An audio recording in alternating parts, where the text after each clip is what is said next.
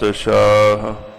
ਮਲ ਜਨਮ ਜਨਮ ਦੀ ਕੱਟੀਐ, ਸੱਜਣ ਸੱਚਾ ਪਾਤਸ਼ਾਹ।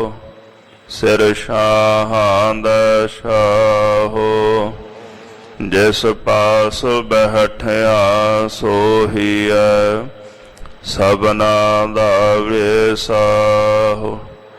ਜਿਸ ਪਾਸ ਬੈਠਿਆ ਸੋਹੀਐ, ਸਭਨਾ ਦਾ ਵਿਸਾਹੋ। ਸਤਿਨਾਮ ਸ੍ਰੀ ਵਾਹਿਗੁਰੂ ਸਾਹਿਬ ਜੀ।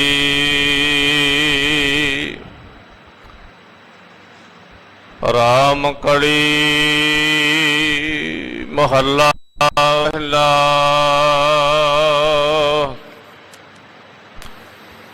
ਸੋਮਾ ਸਿੰਦਰਾ ਨਾਨਕ ਬੋਲੇ,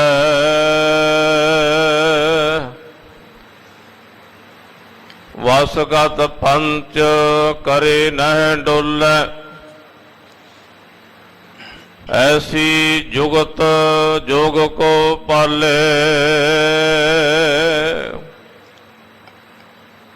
आप तरै सगले कुल तारे। सोमा सिंदरा नानक बोले, वसगत पंच करे नह डोले। ऐसी जुगत जोग को पाले, आप तरै सगले कुल तारे। सो अवधूत ऐसी मत पावै, अहनस स्वर्ण समाद समावै रहाओ। विखिया भाई भगत पै चलै, होवै सो त्रिपत संतोख अमुल्लै। ध्यान रूप होए आसन पावै,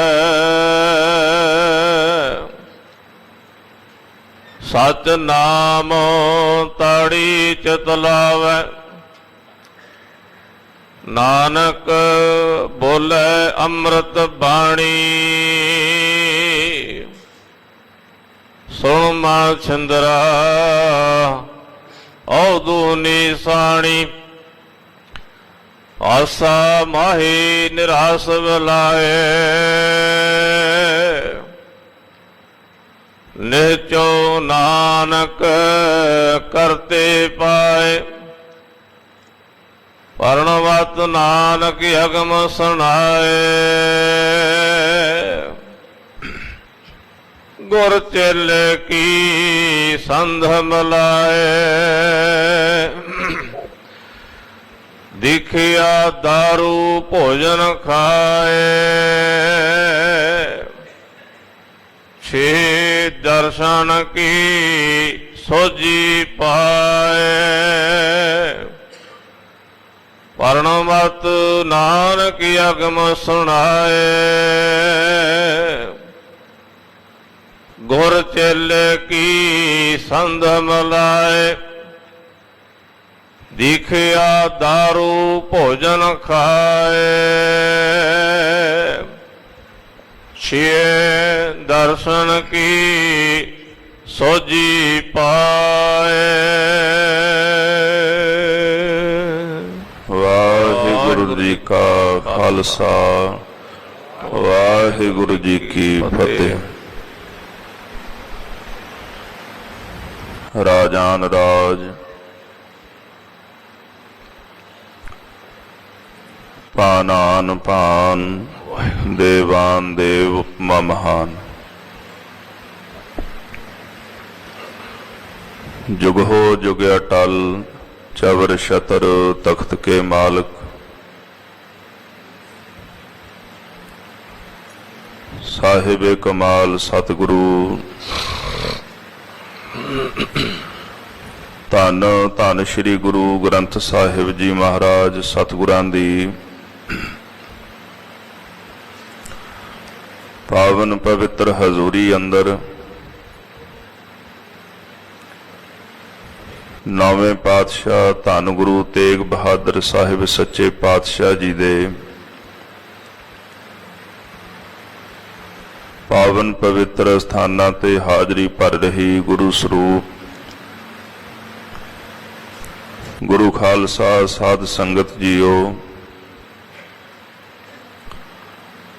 ਅੰਮ੍ਰਿਤ ਵੇਲੇ ਤੋਂ ਗੁਰੂ ਦਰਬਾਰਾਂ ਵਿੱਚ ਜੁੜ ਕਰਕੇ ਹਰੀ ਜਸ ਸਰਵਣ ਕਰਕੇ ਆਪ ਜੀ ਨੇ ਜੀਵਨ ਦੇ ਅਮੋਲਕ ਸਮੇਂ ਨੂੰ ਸਫਲ ਬਣਾਇਆ ਹੈ। ਸਰਬੱਤ ਆਸਾਂ ਨੂੰ ਪੂਰਨ ਕਰਨ ਵਾਲੀ ਸਤਿਗੁਰਾਂ ਦੀ ਪਾਵਨ ਬਾਣੀ ਸ੍ਰੀ ਆਸਾ ਕੀ ਵਾਰ ਦੇ ਕੀਰਤਨ ਸਰਵਣ ਕੀਤੇ ਹਨ। ਉਪਰੰਤ ਅੱਜ ਦੇ ਪਾਵਨ ਪਵਿੱਤਰ ਸ੍ਰੀ ਮੁਖਵਾਕ ਦੀ ਕਥਾ ਵਿਚਾਰ ਸਰਵਣ ਕਰਨ ਵਾਸਤੇ ਹਾਜ਼ਰੀਆਂ ਭਰ ਰਹੇ ਹੋ। ਆਓ ਮਨ ਬਿਰਤੀਆਂ ਸਾਹਿਬ ਜੀ ਦੇ ਪਾਵਨ ਚਰਨਾਂ ਪਾਸ ਜੋੜ ਕੇ ਗੁਰਦੇਵ ਦਾ ਪਾਵਨ ਉਪਦੇਸ਼ ਸਰਵਣ ਕਰੀਏ।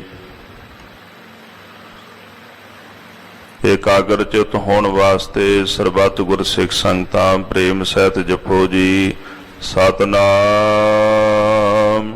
ਸ੍ਰੀ ਵਾਹਿਗੁਰੂ ਸਾਹਿਬ ਜੀ। ਸਤਿਨਾਮ ਸ੍ਰੀ ਵਾਹਿਗੁਰੂ ਸਾਹਿਬ ਜੀ। ਰਾਮ ਕਲੀ ਮਹੱਲਾ ਪਹਿਲਾ। ਸੁਣ ਮਾ ਸਿੰਦਰਾ ਨਾਨਕ ਬੋਲੇ। ਜਗਤ ਗੁਰਦੇਵ ਜਾਹਰ ਪੀਰ ਜਗਤ ਗੁਰ ਬਾਬਾ। ਧੰਨ ਗੁਰੂ ਨਾਨਕ ਦੇਵ ਜੀ ਮਹਾਰਾਜ ਸੱਚੇ ਪਾਤਸ਼ਾਹ ਜੀ ਆਪ ਜੀ ਦੀ ਪਵਿੱਤਰ ਮੁਬਾਰਕ ਰਸਨਾ ਦੁਆਰਾ ਉਚਾਰਨ ਕੀਤਾ ਹੋਇਆ ਇਹ ਪਾਵਨ ਪਵਿੱਤਰ ਸ਼ਬਦ ਰਾਗ ਰਾਮ ਕਲੀ ਅੰਦਰ ਸੁਸ਼ੋਭਿਤ ਹੈ। ਗੋਰਖਨਾਥ ਦਾ ਗੁਰੂ, ਭਾਵੇਂ ਜੋ ਬਾਅਦ ਵਿੱਚ ਗੋਰਖਨਾਥ ਦਾ ਚੇਲਾ ਖਵਾਇਆ, ਮਛਿੰਦਰਨਾਥ, ਗੋਰਖਨਾਥ ਨੇ ਮਛਿੰਦਰਨਾਥ ਨੂੰ ਲਿਆ ਕੇ ਮਹਾਰਾਜ ਦੇ ਚਰਨਾਂ ਦੇ ਵਿੱਚ ਪਾਇਆ। ਗੁਰਦੇਵ ਇਹਨਾਂ ਨੂੰ ਵੀ ਉਪਦੇਸ਼ ਦੀ ਦਾਤ ਬਖਸ਼ੋ, ਕਿਉਂਕਿ ਜਿਹੜਾ ਮਛਿੰਦਰਨਾਥ ਹੈ ਇਹ ਜੋਗੀਆਂ ਦਾ ਗੁਰੂ ਮੰਨਿਆ ਗਿਆ ਸ਼ਿਵ ਤੋਂ ਬਾਅਦ, ਉਹਨਾਂ ਦੀ ਅੰਸ਼ ਤੋਂ ਪੈਦਾ ਹੋਇਆ ਦੱਸੀਦਾ ਹੈ। ਯੋਗ ਦੇ ਬਲ ਦੇ ਨਾਲ ਰਿੱਧੀਆਂ ਸਿੱਧੀਆਂ ਪ੍ਰਾਪਤ ਕਰ ਲਈਆਂ, ਪਰ ਮਨ ਨੂੰ ਕੋਈ ਟਿਕਾ ਨਾ ਮਿਲਿਆ। ਅੰਦਰ ਦੀ ਵਾਸ਼ਨਾ ਪ੍ਰਬਲ ਹੁੰਦੀ ਗਈ। ਸੰਗਲਾ ਦੀਪ ਦਾ ਰਾਜਾ ਅਮਰੂ ਜਦੋਂ ਮ੍ਰਿਤੂ ਹੋਇਆ, ਮਛਿੰਦਰਨਾਥ ਨੇ ਆਪਣੀ ਵਾਸ਼ਨਾ ਪੂਰਨ ਕਰਨ ਵਾਸਤੇ ਆਪਣੇ ਸਿੱਧੀ ਦੇ ਬਲ ਦੇ ਨਾਲ ਸਰੀਰ ਆਪਣਾ ਬਰਫ਼ ਵਿੱਚ ਛੱਡ ਕੇ ਉਹਦੇ ਸਰੀਰ ਵਿੱਚ ਇਹ ਸੂਖਮ ਦੇਹ ਲੈ ਕੇ ਪ੍ਰਵੇਸ਼ ਹੋ ਗਿਆ। ਬੜਾ ਲੰਮਾ ਸਮਾਂ ਉੱਥੇ ਪਦਾਰਥ ਭੋਗਦਾ ਰਿਹਾ। ਨੇਮਨਾਥ ਦਾ ਚੇਲਾ ਹੋਇਆ ਬਾਲ ਗੁੰਦਾਈ। ਬਾਲ ਗੁੰਦਾਈ ਨੇ ਮਿਹਣਾ ਮਾਰਿਆ ਗੋਰਖਨਾਥ ਨੂੰ, ਗੋਰਖ ਜਤੀ ਸਦਾਏ ਦਾ ਤਿਸ ਗੁਰੂ ਘਰ ਬਾਰੀ। ਗੋਰਖਨਾਥ ਤੂੰ ਜਤੀ ਅਖਵਾਉਂਦਾ ਹੈ, ਪਰ ਤੇਰਾ ਗੁਰੂ ਤਾਂ ਘਰ ਬਾਰੀ ਹੈ, ਪਾਪ ਗ੍ਰਸਤੀ ਹੋ ਗਿਆ ਤੇ ਤੂੰ ਜਤੀ ਹੈ। ਇਹ ਮਿਹਣਾ ਜਿਹੜਾ ਉਹਦੇ ਕੋਲੋਂ ਫਿਰ ਸਹਿਆ ਨਹੀਂ ਗਿਆ। ਰਾਜੇ ਅਮਰੂ ਦੇ ਸਰੀਰ ਵਿੱਚ ਪ੍ਰਵੇਸ਼ ਹੋ ਕਰਕੇ ਮਛੰਦਰ ਨਾਥ ਨੇ ਆਗਿਆ ਕੀਤੀ ਵੀ ਕੋਈ ਵੀ ਕੰਨ ਪਾਟਾ ਜੋਗੀ ਮੇਰੀ ਹੱਦਬੰਦੀ ਵਿੱਚ ਨਾ ਆਵੇ। ਸਾਰੇ ਹੀ ਰੋਕ ਦਿੱਤੇ।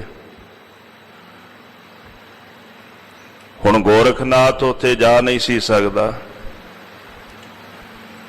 ਜਿਹੜੇ ਗਾਉਣ ਵਜਾਉਣ ਵਾਲੇ ਸਨ ਫਿਰ ਉਹਨਾਂ ਦੇ ਟੋਲੇ ਵਿੱਚ ਸ਼ਾਮਲ ਹੋਇਆ ਗੋਰਖਨਾਥ। ਤਬਲਾ ਸਿੱਖਿਆ।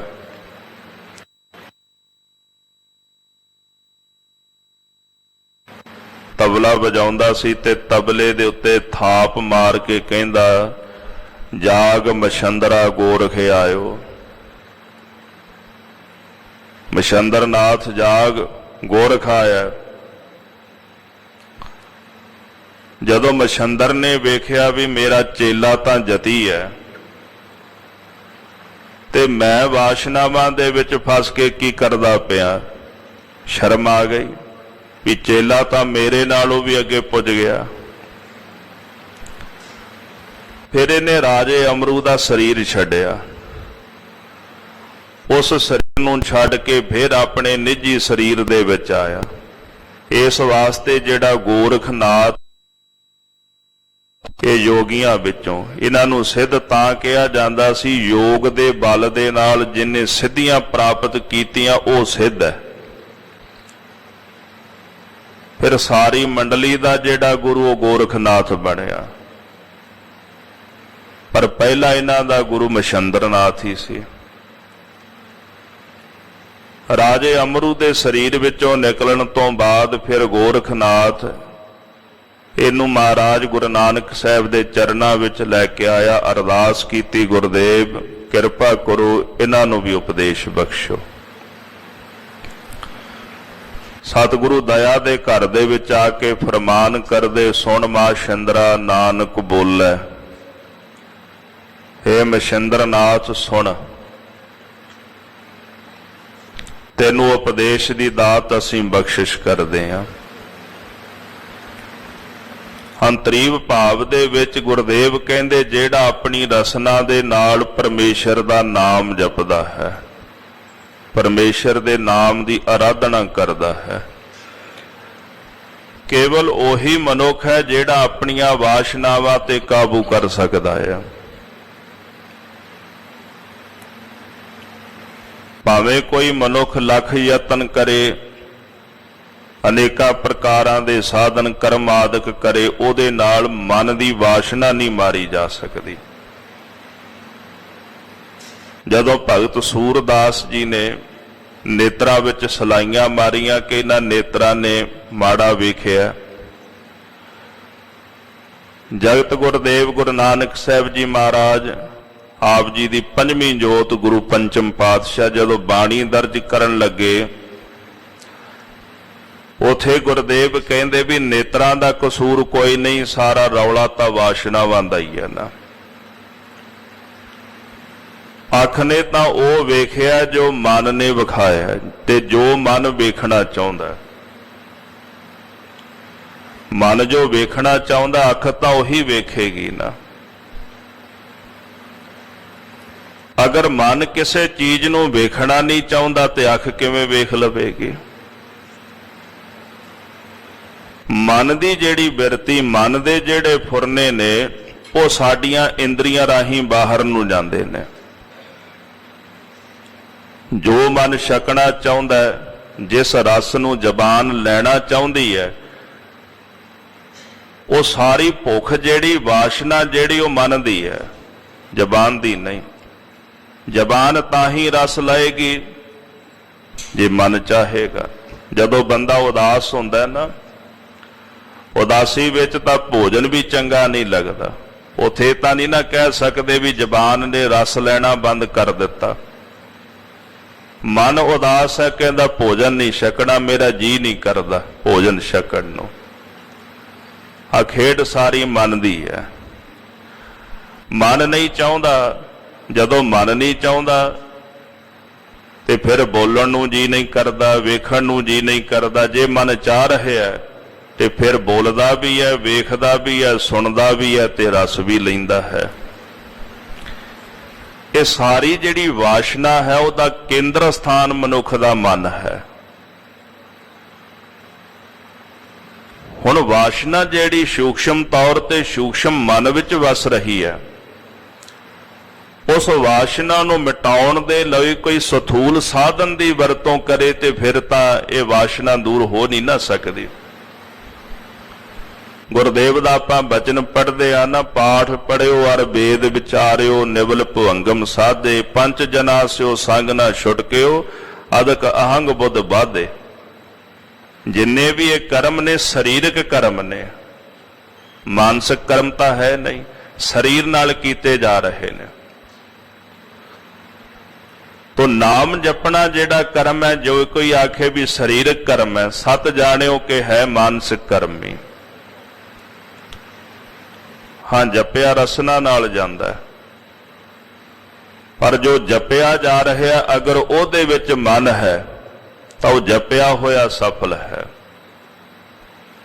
ਤੇ ਜੋ ਜਪ ਰਹੇ ਆ ਉਹਦੇ ਵਿੱਚ ਅਗਰ ਮਨ ਨਹੀਂ, ਦਾਸ ਇਹ ਕਦੇ ਨਹੀਂ ਕਹਿੰਦਾ ਜੀ, ਕਿਉਂਕਿ ਸਾਡੀ ਕਹਿਣ ਦੀ ਸਮਰੱਥਾ ਨਹੀਂ ਵੀ ਜੇ ਤੁਸੀਂ ਵਾਹਿਗੁਰੂ ਕਹੋਗੇ ਤੇ ਮਨ ਨਹੀਂ ਤੇ ਤੁਹਾਡਾ ਬਿਰਥ ਜਾਵੇਗਾ, ਇਹ ਨਹੀਂ ਆਪਾਂ ਕਹਿ ਸਕਦੇ। ਕਿਉਂਕਿ ਰੱਬ ਦੇ ਘਰ ਦੀ ਤਾਂ ਕਲਾ ਹੀ ਐਸੀ ਹੈ, ਇੱਕ ਤਿਲ ਨਹੀਂ ਭੰਨੈ ਘਾਲੇ, ਉਹ ਤਾਂ ਕਿਸੇ ਦੀ ਤਿਲ ਮਾਤਰ ਵੀ ਘਾਲਣਾ ਬਿਰਥ ਨਹੀਂ ਜਾਣ ਦਿੰਦਾ। ਤੇ ਜਿਹਨੇ ਭਾਵੇਂ ਅਣਜਾਣਪੁਣੇ ਵਿੱਚ ਹੀ ਵਾਹਿਗੁਰੂ ਕਹਿ ਦਿੱਤਾ ਤੇ ਉਹਦਾ ਵਾਹਿਗੁਰੂ ਕਿਹਾ ਕੈਸੇ ਬਿਰਥ ਜਾ ਸਕਦਾ ਹੈ। ਪਰ ਇੱਕ ਕਲਾ ਹੁੰਦੀ ਹੈ, ਜਿਹੜੀ ਨਾਮ ਦੀ ਕਲਾ ਹੈ, ਉਹ ਕਲਾ ਵਰਤਦੀ ਉਦੋਂ ਹੈ ਕਿ ਜਦੋਂ ਨਾਮ ਰਸਨਾ ਨਾਲ ਜਪਿਆ ਜਾਵੇ ਤੇ ਉਹਦੇ ਵਿੱਚ ਚਿੱਤ ਜੁੜ ਜਾਏ, ਉਹਦੇ ਵਿੱਚ ਮਨ ਜੁੜ ਜਾਏ, ਉਦੋਂ ਫਿਰ ਉਹਦੀ ਕਲਾ ਵਰਤਣੀ ਸ਼ੁਰੂ ਹੁੰਦੀ ਹੈ। ਫਿਰ ਜਿਹੜੇ ਪ੍ਰਤੱਖ ਆਨੰਦ ਨੇ, ਪ੍ਰਤੱਖ ਨਾਮ ਦੀ ਕਲਾ ਹੈ, ਉਹ ਖੇਡਾਂ ਸਾਰੀਆਂ ਅੰਦਰ ਵਰਤਣੀਆਂ ਸ਼ੁਰੂ ਹੋ ਜਾਂਦੀਆਂ ਨੇ। ਜਪਿਆ ਰਸਨਾ ਨਾਲ ਜਾ ਰਿਹਾ, ਮਨ ਉਹਦੇ ਵਿੱਚ ਹੈ। ਗੁਰਦੇਵ ਜੀ ਸਾਨੂੰ ਸਮਝਾਉਂਦੇ ਨੇ ਕਿ ਗੁਰੂ ਦਾ ਸ਼ਬਦ ਹੈ, ਉਹਦੇ ਵਿੱਚ ਆਪਾਂ ਸੁਰਤ ਜੋੜਨੀ ਹੈ। ਸ਼ਬਦ ਵਿੱਚ ਸੁਰਤ ਜੋੜਾਂਗੇ, ਸ਼ਬਦ ਵਿੱਚ ਮਨ ਜੋੜਾਂਗੇ ਤੇ ਫਿਰ ਕਲਾ ਉਦੋਂ ਹੀ ਵਰਤੇਗੀ। ਹੁਣ ਵੇਖੋ, ਬਲਬ ਹੈ, ਪੱਖਾ ਹੈ, ਕੋਈ ਵੀ ਚੀਜ਼ ਹੈ ਜੀ, ਕੋਈ ਵੀ ਬਿਜਲੀ ਨਾਲ ਚੱਲਣ ਵਾਲੀ ਵਸਤੂ ਹੈ, ਉਹਦੇ ਵਿੱਚ ਅਰਥ ਜਾਂਦਾ, ਕਰੰਟ ਜਾਂਦਾ, ਤਾਂ ਹੀ ਉਹ ਚੱਲਦੇ ਨੇ, ਪ੍ਰਕਾਸ਼ ਦਿੰਦੇ ਨੇ। ਤੇ ਨਾਮ ਦੀ ਕਲਾ ਵੀ ਉਦੋਂ ਹੀ ਵਰਤਦੀ ਹੈ ਜਦੋਂ ਰਸਨਾ ਨਾਲ ਜਪਿਆ ਜਾਵੇ ਤੇ ਉਹਦੇ ਵਿੱਚ ਸਾਡੀ ਸੁਰਤ ਜੁੜ ਜਾਏ, ਫਿਰ ਉੱਥੇ ਉਹ ਪ੍ਰਕਾਸ਼ ਕਰਦਾ ਹੈ। ਗੁਰਦੇਵ ਜੀ ਕਹਿਣ ਲੱਗੇ, ਮਛੰਦਰਨਾਥ, ਜਿਹੜਾ ਮਨੁੱਖ ਪਰਮੇਸ਼ਰ ਦਾ ਨਾਮ ਜਪਦਾ ਹੈ, ਉਹਦੇ ਨਾਮ ਦੀ ਆਰਾਧਨਾ ਕਰਦਾ ਹੈ, ਵਸਗਤ ਪੰਚ ਕਰੇ ਨਹਿ ਡੋਲੇ। ਉਹ ਜਿਹੜਾ ਮਨੁੱਖ ਆਪਣੀਆਂ ਪੰਜ ਇੰਦਰੀਆਂ ਨੂੰ ਕਾਬੂ ਵਿੱਚ ਕਰ ਲੈਂਦਾ ਆ, ਪੰਜ ਗਿਆਨ ਇੰਦਰੀਆਂ ਔਰ ਪੰਜ ਕਰਮ ਇੰਦਰੀਆਂ ਮੰਨੀਆਂ ਗਈਆਂ, ਉਹ ਪੰਜਾਂ ਨੂੰ ਕਾਬੂ ਵਿੱਚ ਕਰਕੇ ਫਿਰ ਉਹਦਾ ਮਨ ਡੋਲਦਾ ਨਹੀਂ। ਅਥਵਾ ਜਿਹੜਾ ਮਨੁੱਖ ਨਾਮ ਜਪਦਾ ਫਿਰ ਉਹ ਪੰਜਾਂ ਵਿਕਾਰਾਂ ਨੂੰ ਵੀ ਕਾਬੂ ਕਰ ਲੈਂਦਾ। ਜਿਹਨੇ ਪੰਜ ਵਿਕਾਰ ਕਾਬੂ ਕੀਤੇ, ਸ਼ਬਦ ਸਪਰਸ਼ ਰੂਪ ਰਸ ਗੰਧ, ਇਹਨਾਂ ਨੂੰ ਵੀ ਕਾਬੂ ਕਰ ਲੈਂਦਾ ਹੈ। ਪੰਜ ਕਰਮ ਇੰਦਰੇ, ਪੰਜ ਗਿਆਨ ਇੰਦਰੇ, ਪੰਜ ਸੂਖਸ਼ਮ ਤੱਤ, ਇਹਨਾਂ ਨੂੰ ਕਾਬੂ ਕਰ ਲੈਂਦਾ। ਪੰਜ ਵਿਕਾਰਾਂ ਨੂੰ ਉਹ ਕਾਬੂ ਕਰ ਲੈਂਦਾ, ਫਿਰ ਉਹਦਾ ਮਨ ਨਹੀਂ ਡੋਲਦਾ, ਮਨ ਟਿਕਾ ਦੇ ਵਿੱਚ ਆ ਜਾਂਦਾ। ਭਰਥਰ ਤੁਰਿਆ ਜਾਂਦਾ ਸੀ ਰਾਜ ਭਾਗ ਛੱਡ ਕੇ, ਭਿਖਿਆ ਮੰਗਣ ਜਾਂਦਾ ਸੀ ਸਵੇਰੇ ਸਵੇਰੇ।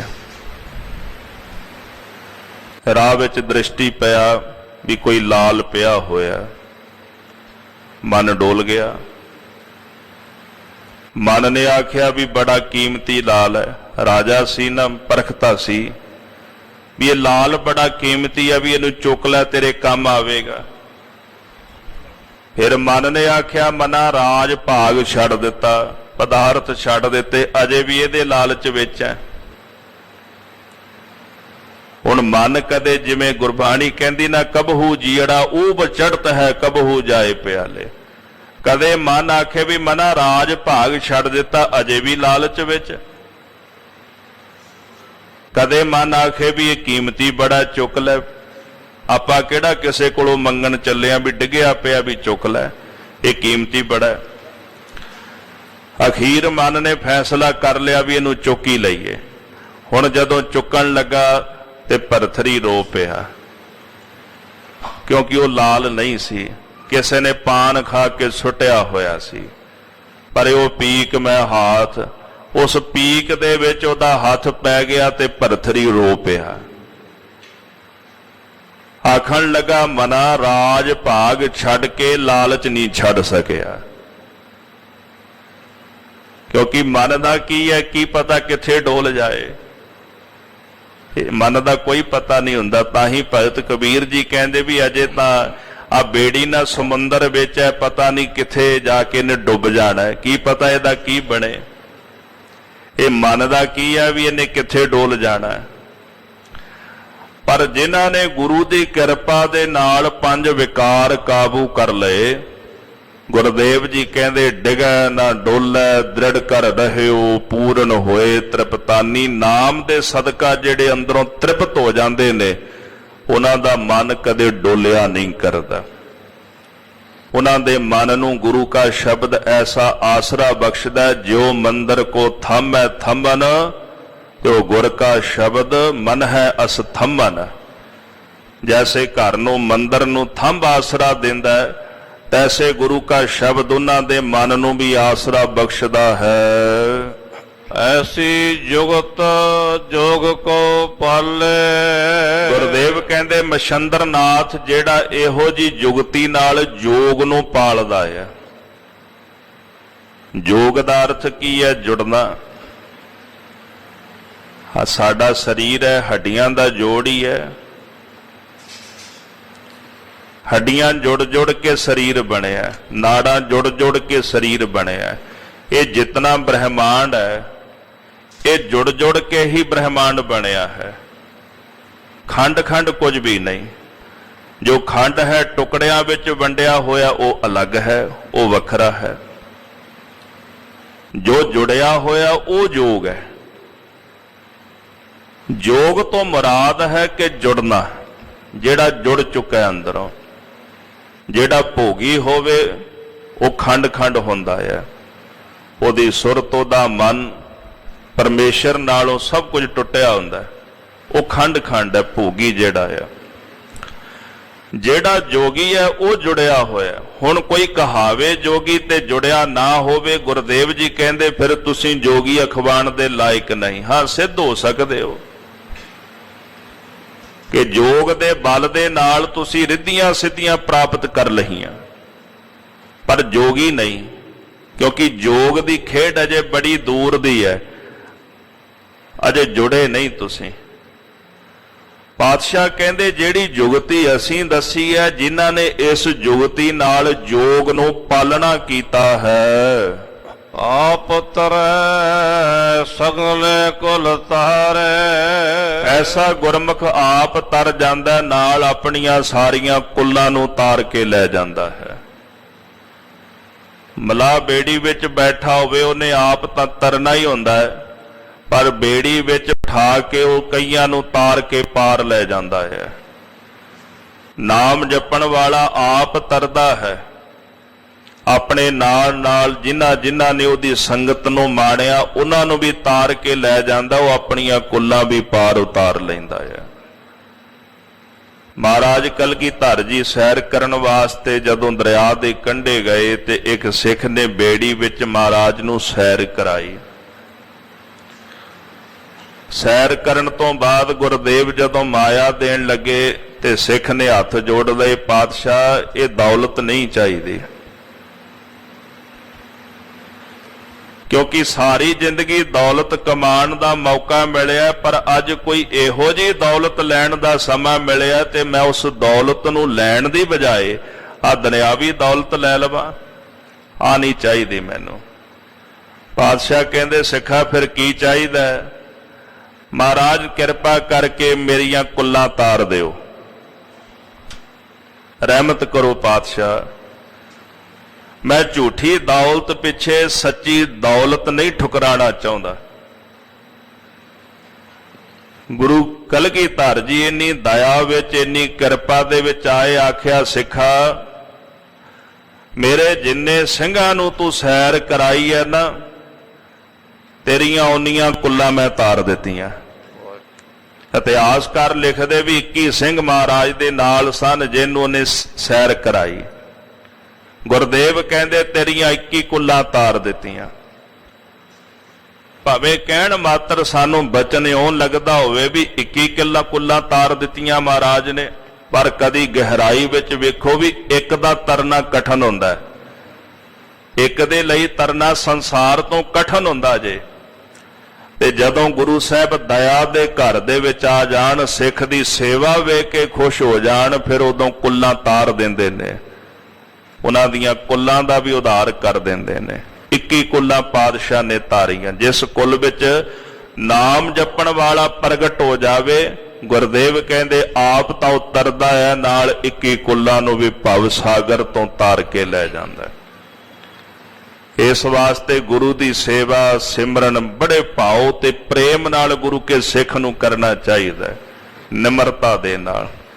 ਜਿੰਨੀ ਨਿਮਰਤਾ ਨਾਲ ਸੇਵਾ ਕਰਾਂਗੇ ਓਨੀ ਖੇਡ ਬਣੇਗੀ। ਗੁਰੂ ਸਾਹਿਬ ਜੀ ਸਾਨੂੰ ਆਪ ਸੇਵਾ ਕਰਨ ਦੀ ਜਾਂਚ ਦੱਸਦੇ ਰਹੇ ਵੀ ਕੈਸੇ ਸੇਵਾ ਕਰਨੀ, ਕੈਸੇ ਸਿਮਰਨ ਕਰਨਾ। ਗੁਰੂ ਪੰਜਵੇਂ ਪਾਤਸ਼ਾਹ ਜੀ ਦਾ ਸ਼ਹੀਦੀ ਪੁਰਬ ਪਰਸੋਂ ਆ ਰਿਹਾ ਹੈ। ਤੱਤੀ ਲੋਹ ਤੇ ਬਹਿਣਾ, ਰੇਤਾ ਸੀਸ ਵਿੱਚ ਪਵਾਉਣਾ, ਦੇਗ ਵਿੱਚ ਉਬਲਣਾ, ਉਹਨਾਂ ਦੀ ਸਿਮਰਨ ਦੀ ਸਿਖਰਤਾ ਸੀ। ਉਹ ਜਿੱਥੇ ਉਹਨਾਂ ਨੇ ਅਰਦਾਸ ਕੀਤੀ, ਤੇਰਾ ਕੀਆ ਮੀਠਾ ਲਾਗੈ, ਹਰ ਨਾਮ ਪਦਾਰਥ ਨਾਨਕ ਮੰਗੈ। ਤੇ ਜਦੋਂ ਸੇਵਾ ਦੀ ਗੱਲ ਆਵੇ ਤੇ ਸੇਵਾ ਦੀ ਸਿਖਰਤਾ, ਗੁਰੂ ਅਰਜਨ ਦੇਵ ਮਹਾਰਾਜ ਸੱਚੇ ਪਾਤਸ਼ਾਹ ਜਦੋਂ ਪਿਸ਼ੌਰ ਤੋਂ ਸੰਗਤ ਆਈ ਨਾ, ਤੇ ਭੇਸ ਵਟਾ ਕੇ ਪਿਪਲੀ ਸਾਹਿਬ ਗਏ। ਪ੍ਰਿੰਸੀਪਲ ਸਤਵੀਰ ਸਿੰਘ ਜੀ ਕਹਿੰਦੇ ਸੰਗਤ ਨੂੰ ਲੰਗਰ ਛਕਾਇਆ, ਮੁੱਠੀ ਚਾਪੀ ਕੀਤੀ ਵੀ ਸੰਗਤ ਥੱਕੀ ਹੋਈ ਹੈ। ਤੇ ਜਦੋਂ ਸੰਗਤ ਹਰਮੰਦਰ ਸਾਹਿਬ ਨੂੰ ਜਾਣ ਲੱਗੀ, ਅਸਥਾਨ ਨੂੰ ਜਾਣ ਲੱਗੀ ਦਰਸ਼ਨਾਂ ਲਈ ਮਹਾਰਾਜ ਦੇ, ਤੇ ਕਈ ਸਿੱਖ ਕਹਿਣ ਲੱਗੇ ਵਿੱਚੋਂ ਵੀ ਸਾਡੇ ਸਮਾਨ ਦੀ ਤੇ ਜੋੜਿਆਂ ਦੀ ਰੱਖਿਆ ਕੌਣ ਕਰੇਗਾ, ਕੌਣ ਖਿਆਲ ਰੱਖੇਗਾ। ਮਹਾਰਾਜ ਕਹਿੰਦੇ ਮੈਂ ਬਹਿ ਜਾਣਾ। ਹੁਣ ਸਿੱਖਾਂ ਨੂੰ ਤਾਂ ਪਤਾ ਨਹੀਂ ਸੀ ਵੀ ਕੌਣ ਹੈ, ਭੇਖ ਵਟਾਇਆ ਸੀ ਮਹਾਰਾਜ ਨੇ। ਆਖਿਆ ਮੈਂ ਇੱਥੇ ਬਹਿ ਜਾਣਾ, ਤੁਸੀਂ ਜਾਓ ਬੇਫਿਕਰ ਹੋ ਕੇ ਦਰਸ਼ਨ ਕਰਕੇ ਆਓ ਮਹਾਰਾਜ ਦੇ, ਮੈਂ ਸੇਵਾ ਕਰਦਾ। ਗੁਰਦੇਵ ਜੀ ਕਹਿੰਦੇ ਨਾ, ਗੁਰਬਾਣੀ ਅੰਦਰ ਸ੍ਰੀ ਰਾਗ ਵਿੱਚ ਬਚਨ ਆਉਂਦਾ, ਮੈਂ ਬੱਧੀ ਸੱਚ ਧਰਮਸਾਲ ਹੈ, ਗੁਰ ਸਿੱਖਾ ਲਹਿਦਾ ਪਾਲਕ ਹੈ। ਇਹ ਕੇਵਲ ਬਚਨ ਗੁਰਬਾਣੀ ਵਿੱਚ ਕਿਹਾ ਨਹੀਂ, ਉਹ ਬਚਨ ਜੀਵਿਆ ਵੀ ਹੈ ਮਹਾਰਾਜ ਨੇ। ਆਪ ਗੁਰਸਿੱਖਾਂ ਨੂੰ ਭਾਲਦੇ ਸੇਵਾ ਕਰਨ ਵਾਸਤੇ, ਜਾਓ ਸਿੱਖੋ ਮੈਂ ਤੁਹਾਡੇ ਜੋੜਿਆਂ ਦਾ ਧਿਆਨ ਰੱਖਦਾ, ਇੱਥੇ ਬਹਿ ਕੇ ਤੁਹਾਡੇ ਸਮਾਨ ਦਾ ਖਿਆਲ ਰੱਖਦਾ ਵੀ ਤੁਸੀਂ ਦਰਸ਼ਨ ਕਰਾਓ। ਤੇ ਜਦੋਂ ਸੰਗਤਾਂ ਸੱਚਖੰਡ ਸ੍ਰੀ ਹਰਿਮੰਦਰ ਸਾਹਿਬ ਪਹੁੰਚੀਆਂ ਤੇ ਕੀ ਵੇਖਦੇ, ਮਹਾਰਾਜ ਉੱਥੇ ਮੌਜੂਦ ਨਹੀਂ ਸੀ। ਪੁੱਛਣ ਲੱਗੇ ਵੀ ਗੁਰੂ ਸਾਹਿਬ ਜੀ ਕਿਤੇ ਗਏ ਨੇ ਪ੍ਰਚਾਰ ਤੇ, ਵੀ ਦਰਸ਼ਨ ਕਰਨ ਵਾਸਤੇ ਆਏ ਸੀ ਤੇ ਮਹਾਰਾਜ ਇੱਥੇ ਮੌਜੂਦ ਨਹੀਂ। ਤੇ ਬਾਬਾ ਬੁੱਢਾ ਸਾਹਿਬ ਜੀ ਕਹਿਣ ਲੱਗੇ, ਜਿਨ੍ਹਾਂ ਨੂੰ ਜੋੜਿਆਂ ਦੀ ਸੇਵਾ ਤੇ ਬਿਠਾ ਕੇ ਆਇਓ ਨਾ, ਸਮਾਨ ਦੀ ਰੱਖਿਆ ਲਈ ਬਿਠਾ ਕੇ ਆਇਓ, ਉਹੀ ਗੁਰੂ ਅਰਜਨ ਦੇਵ ਜੀ ਮਹਾਰਾਜ ਸੱਚੇ ਪਾਤਸ਼ਾਹ ਨੇ। ਤੇ ਜਦੋਂ ਸਿੱਖ ਗੁਰੂ ਸਾਹਿਬ ਦੀ ਐਸੀ ਕਮਾਈ ਵੱਲ ਵੇਖਦਾ ਤੇ ਫਿਰ ਸਿੱਖ ਦੀ ਰਸਨਾ ਵਿੱਚੋਂ ਧੰਨ ਗੁਰਦੇਵ, ਧੰਨ ਗੁਰਦੇਵ, ਧੰਨ ਗੁਰਦੇਵ ਨਿਕਲਦਾ ਹੈ। ਸਭ ਆਖੋ ਧੰਨ ਧੰਨ ਧੰਨ ਗੁਰ ਸੋਈ। ਐਸੀ ਘਾਲਣਾ, ਉਹ ਘਾਲਣਾ ਕਿਉਂ ਘਾਲੀ ਕਿ ਮੇਰੇ ਸਿੱਖਾਂ ਨੂੰ ਜਾਚ ਆ ਜਾਵੇ ਘਾਲਣਾ ਘਾਲਣ ਦੀ, ਤਾਂ ਕਿ ਆਪ ਵੀ ਤਰ ਜਾਣ, ਇਹਨਾਂ ਦੀਆਂ ਕੁੱਲਾਂ ਵੀ ਭਵ ਸਾਗਰ ਤੋਂ ਤਰ ਜਾਣ। ਐਸੀ ਦਇਆ ਹੋਰ ਗੁਰੂ ਤੋਂ ਬਿਨਾਂ ਕਿਸ ਦੇ ਵਿੱਚ ਹੋ ਸਕਦੀ ਹੈ। ਜਦੋਂ ਕੋਈ ਭਾਵਨਾ ਰੱਖਦਾ, ਨਾਮ ਜਪਦਾ ਹੈ, ਗੁਰੂ ਨਾਨਕ ਸਾਹਿਬ ਸੱਚੇ ਪਾਤਸ਼ਾਹ ਕਹਿੰਦੇ ਮਛੰਦਰ ਨਾਥ ਆਪ ਤਰੈ ਸਗਲੇ ਕੁਲ ਤਾਰੈ। ਉਹ ਆਪ ਤਰ ਜਾਂਦਾ, ਨਾਲ ਆਪਣੀਆਂ ਸਾਰੀਆਂ ਕੁੱਲਾਂ ਨੂੰ ਤਾਰ ਕੇ ਲੈ ਜਾਂਦਾ ਹੈ।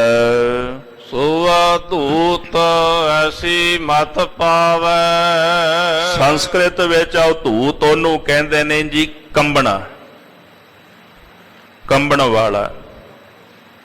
ਅਰਥਾਤ ਉਹਨਾਂ ਦੇ ਵਿੱਚ ਇੱਕ ਮਤ ਹੈ ਵੀ ਜਿਹੜੀ ਗਰਦ ਹੁੰਦੀ ਆ ਨਾ, ਮਿੱਟੀ ਹੁੰਦੀ ਆ, ਜਿਹੜਾ ਰਾਤ ਨੂੰ ਮਿੱਟੀ ਵਿੱਚ ਆਰਾਮ ਕਰੇ ਤੇ ਸਵੇਰੇ ਉੱਠ ਕੇ ਸਰੀਰ ਝਾੜ ਲਵੇ, ਉਹਨੂੰ ਅਵਧੂਤ ਮੰਨਦੇ ਨੇ ਵੀ ਇਹ ਸਾਧੂ ਹੈ।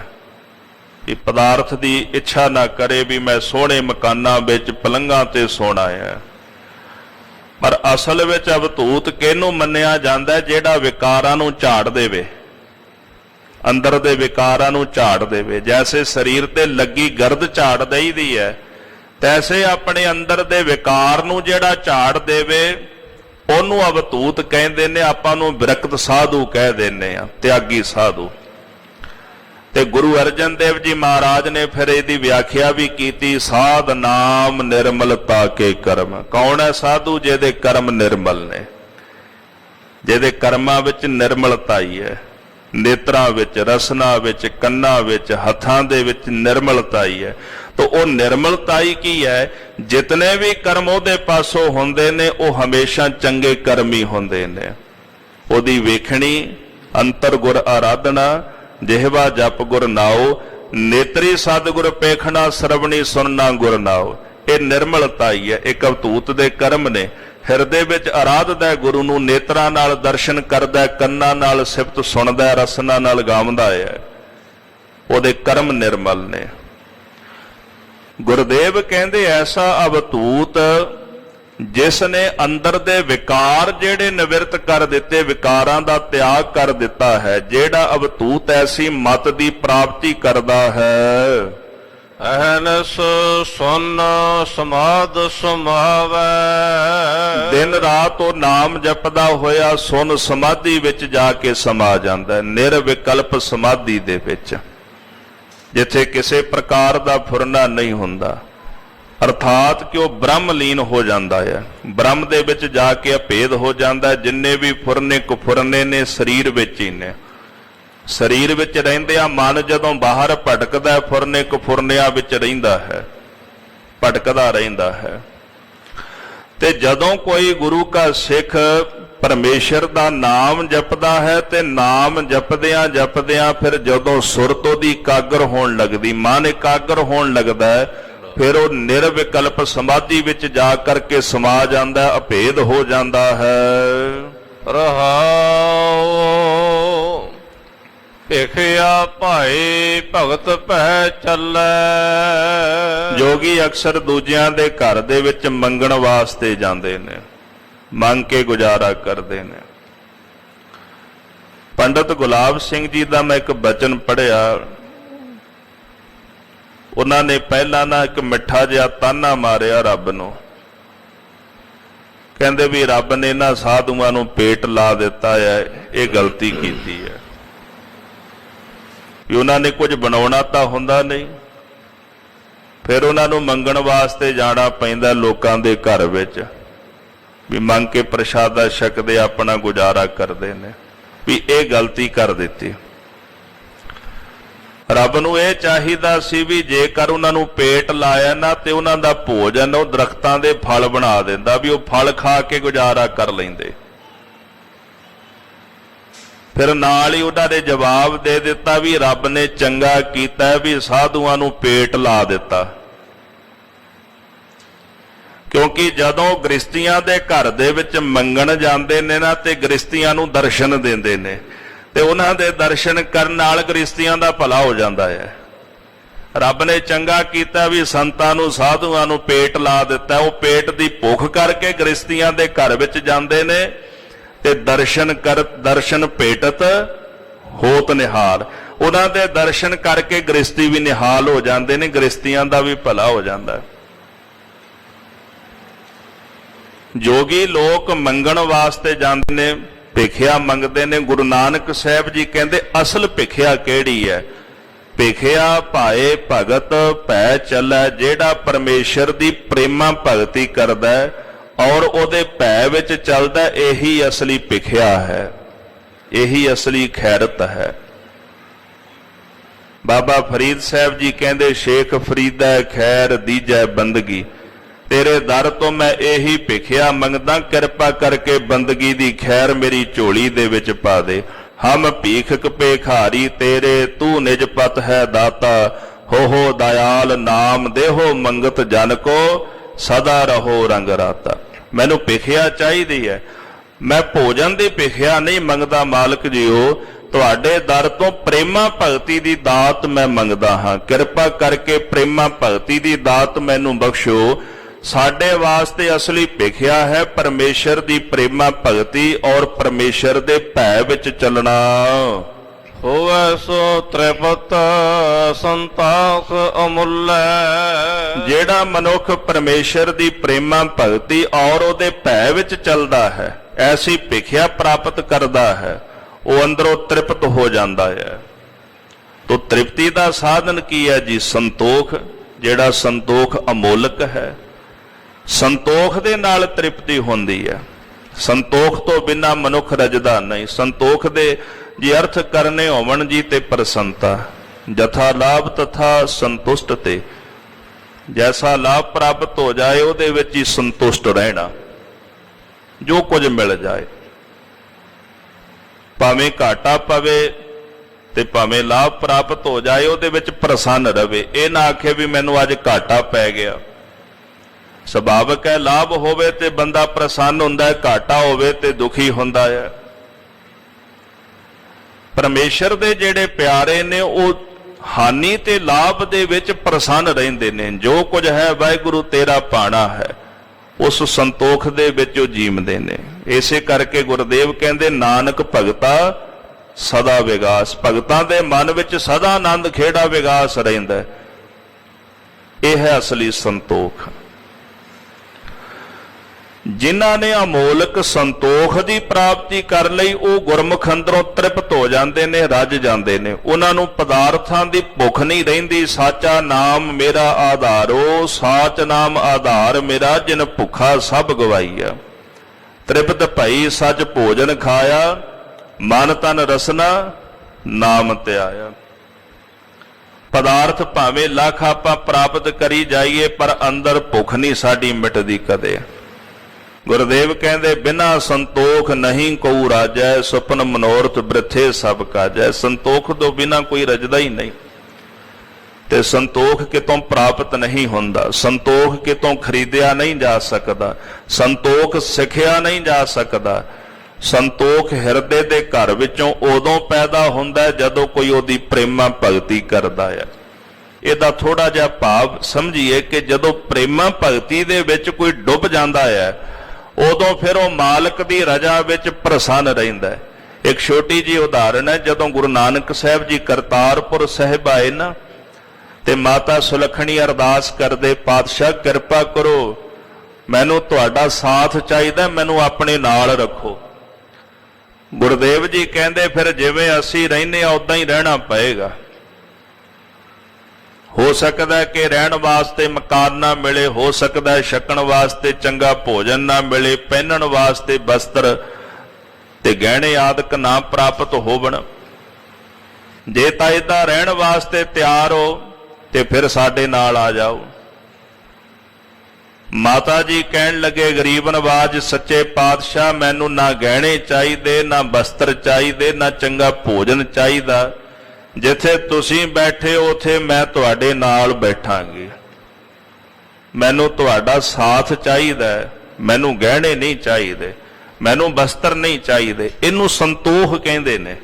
ਇਹ ਹੈ ਸੰਤੋਖ। ਮਨ ਦੀ ਸੰਤੁਸ਼ਟੀ ਚਾਹੀਦੀ ਹੈ, ਮਨ ਦੀ ਤ੍ਰਿਪਤੀ ਚਾਹੀਦੀ ਹੈ। ਪਾਤਸ਼ਾਹ ਉਹ ਤ੍ਰਿਪਤੀ ਤੁਹਾਡੇ ਨਾਲ ਹੈ, ਨਾ ਕਿ ਗਹਿਣਿਆਂ ਦੇ ਵਿੱਚੋਂ ਹੈ, ਨਾ ਕਿ ਉਹ ਤ੍ਰਿਪਤੀ ਵਸਤਰਾਂ ਦੇ ਵਿੱਚੋਂ ਹੈ।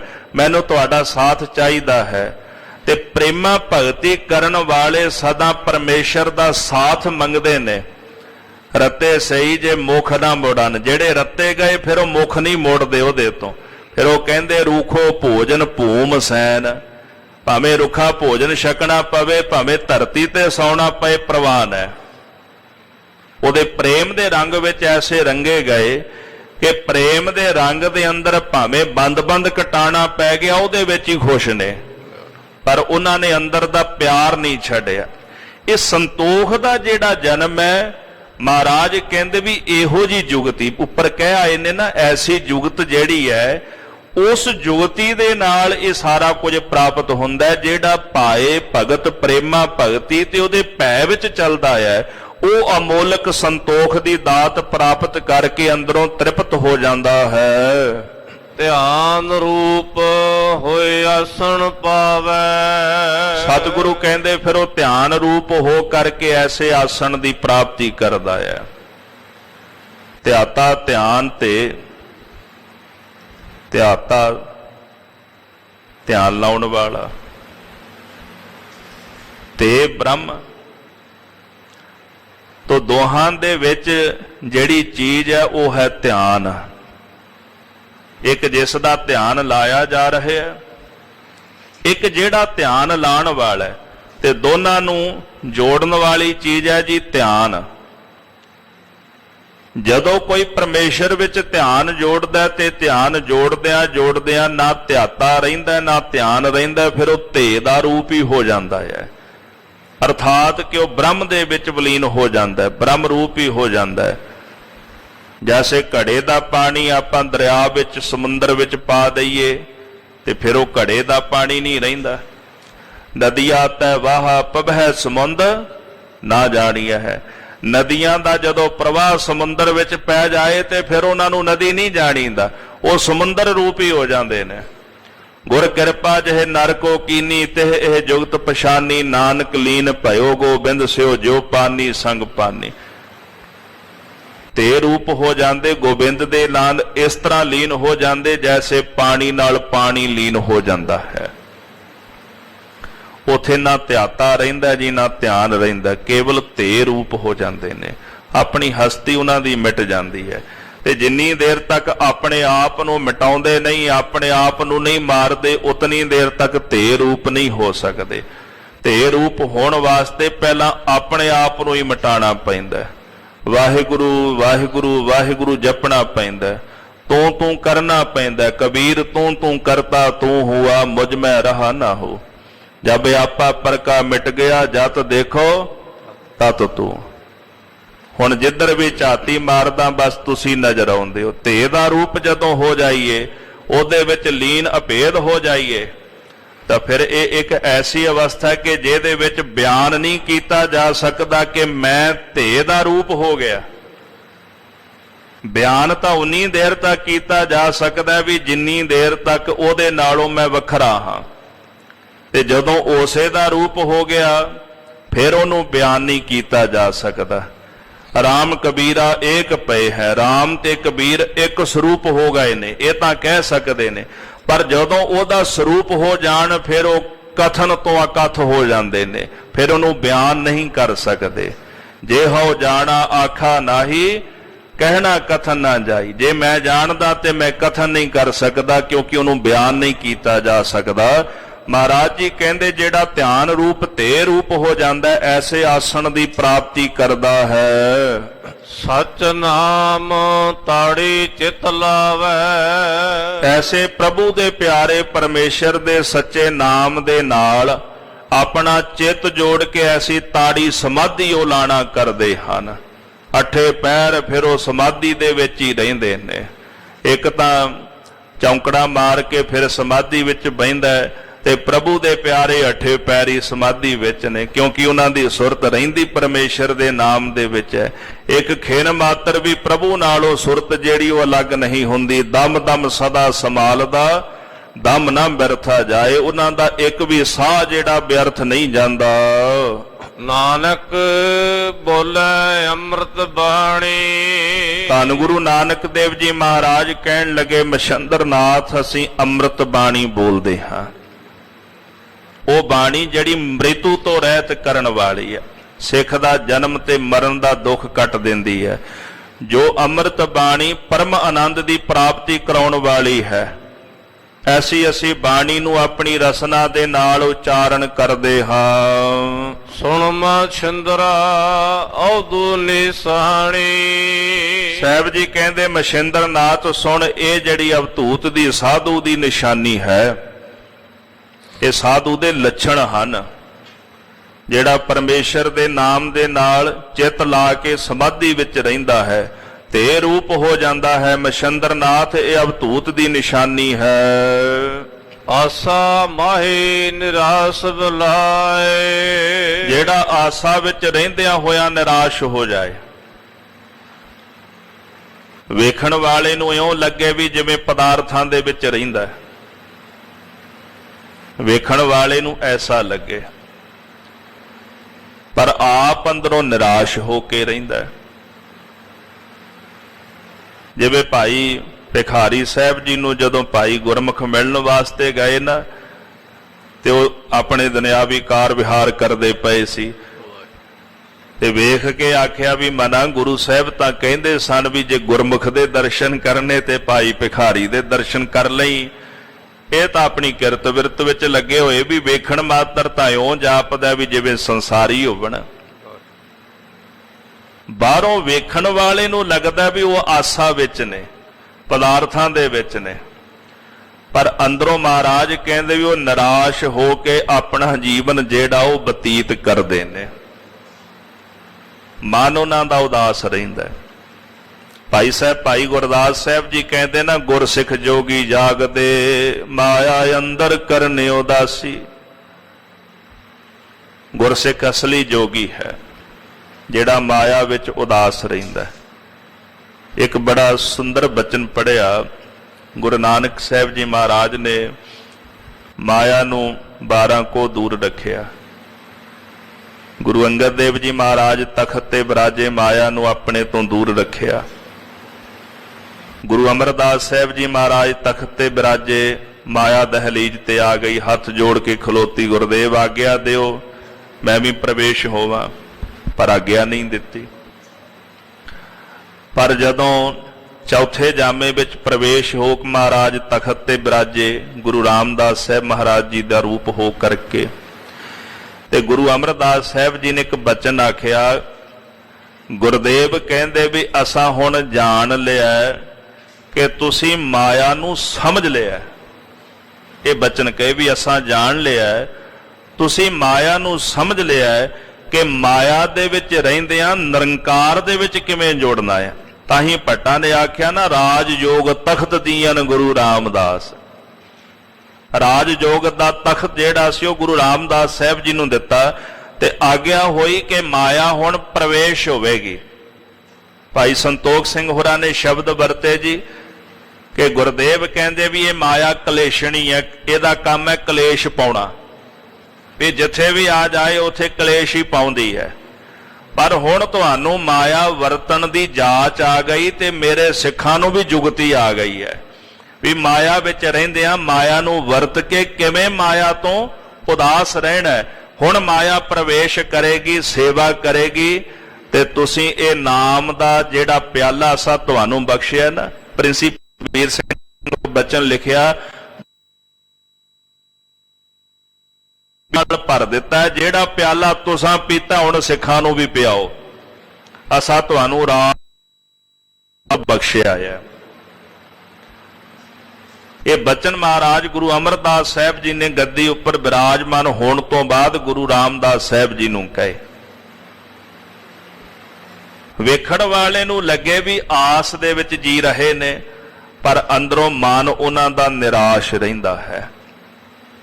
ਮਹਾਰਾਜ ਗੁਰੂ ਕਲਗੀਧਰ ਜੀ ਤਾਂ ਹੀ ਕਹਿੰਦੇ ਰੇ ਮਨ ਐਸੋ ਕਰ ਸੰਿਆਸਾ, ਬਨ ਸੇ ਸਦਨ ਸਭੈ ਕਰ ਸਮਝੋ ਮਨ ਹੀ ਮਾਹੇ ਉਦਾਸਾ। ਜੇ ਸੰਿਆਸ ਹੀ ਧਾਰਨ ਕਰਨਾ ਤੇ ਘਰ ਨੂੰ ਹੀ ਜੰਗਲ ਵਾਂਗੂ ਸਮਝ ਲੈ। ਇਕਾਂਤ ਹੀ ਚਾਹੀਦਾ ਨਾ, ਜੰਗਲ ਵਿੱਚ ਕਿਉਂ ਜਾਈਦਾ? ਇਕਾਂਤ ਭਾਲਣ ਵਾਸਤੇ ਜਾਂਦੇ ਹੋ, ਘਰ ਦੇ ਵਿੱਚ ਹੀ ਬਹਿ ਜਾ, ਇੱਥੇ ਹੀ ਇਕਾਂਤ ਹੈ। ਤੇ ਉਦਾਸ ਹੋਣਾ ਤੇ ਬਾਹਰ ਭਟਕਣ ਦੀ ਲੋੜ ਨਹੀਂ, ਮਨ ਦੇ ਵਿੱਚ ਉਦਾਸ ਹੋ ਜਾ। ਇਹ ਉਦਾਸੀ ਵੀ ਬੜੀ ਅਚਰਜ ਹੁੰਦੀ ਹੈ, ਜਿਹੜੀ ਪ੍ਰਸੰਨਤਾ ਨੂੰ ਜਨਮ ਦਿੰਦੀ ਹੈ। ਜਦੋਂ ਦੁਨਿਆਵੀ ਪੱਖ ਤੇ ਕੁਝ ਖੋਇਆ ਜਾਵੇ, ਬੰਦਾ ਉਦਾਸ ਹੁੰਦਾ ਨਾ, ਤੇ ਉਹ ਸਰੀਰ ਤੇ ਮਨ ਨੂੰ ਸੁਕਾ ਦਿੰਦੀ ਹੈ ਉਦਾਸੀ। ਪਰ ਜਿਹੜੀ ਇਹ ਉਦਾਸੀ ਹੈ ਨਾ, ਇਹ ਜੀਵਨ ਵਿੱਚ ਖੇੜਾ ਲੈ ਆਉਂਦੀ ਹੈ। ਜਿਉਂ-ਜਿਉਂ ਅੰਦਰ ਉਦਾਸੀ ਵੱਧਦੀ ਹੈ ਪਦਾਰਥਾਂ ਵੱਲੋਂ, ਤਿਉਂ-ਤਿਉਂ ਅੰਦਰ ਖੇੜਾ ਤੇ ਚਿਹਰੇ ਉੱਪਰ ਆਨੰਦ ਵੱਧਦਾ ਜਾਂਦਾ ਹੈ। ਜਿਵੇਂ ਕਮਲ ਦਾ ਫੁੱਲ ਖਿੜਦਾ ਜਾਂਦਾ ਨਾ, ਏਦਾਂ ਚਿਹਰਾ ਉਹਨਾਂ ਦਾ ਪ੍ਰਫੁੱਲਤ ਹੁੰਦਾ ਜਾਂਦਾ ਹੈ। ਇਸ ਕਰਕੇ ਮਹਾਰਾਜ ਜੀ ਕਹਿੰਦੇ ਜਗ ਤੇ ਰਹਿ ਨਿਰਾਸਾ, ਨੌਵੇਂ ਪਾਤਸ਼ਾਹ ਕਹਿੰਦੇ ਪ੍ਰਭੂ ਦੇ ਪਿਆਰੇ ਜਗ ਵਿੱਚ ਰਹਿੰਦੇ ਆ, ਜਗ ਵਿੱਚੋਂ ਨਿਰਾਸ਼ ਰਹਿੰਦੇ, ਆਸਾ ਮਾਹੇ ਨਿਰਾਸ਼ ਵਲਾਏ। ਵਲਾਏ ਦਾ ਭਾਵ ਹੈ ਜੀ ਬਤੀਤ ਕਰਨਾ। ਆਸਾ ਵਿੱਚ ਰਹਿ ਕੇ ਜਿਹੜੇ ਨਿਰਾਸ਼ ਹੋ ਕੇ ਆਪਣੀ ਜ਼ਿੰਦਗੀ ਬਤੀਤ ਕਰਦੇ ਹਨ, ਨਿਹਚੋ ਨਾਨਕ ਕਰਤੇ ਪਾਏ। ਧੰਨ ਗੁਰੂ ਨਾਨਕ ਦੇਵ ਜੀ ਮਹਾਰਾਜ ਕਹਿੰਦੇ ਨਿਸ਼ਚੇ ਨਾਲ ਉਹ ਕਰਤੇ ਅਕਾਲ ਪੁਰਖ ਦੀ ਪ੍ਰਾਪਤੀ ਕਰ ਲੈਂਦੇ ਹਨ।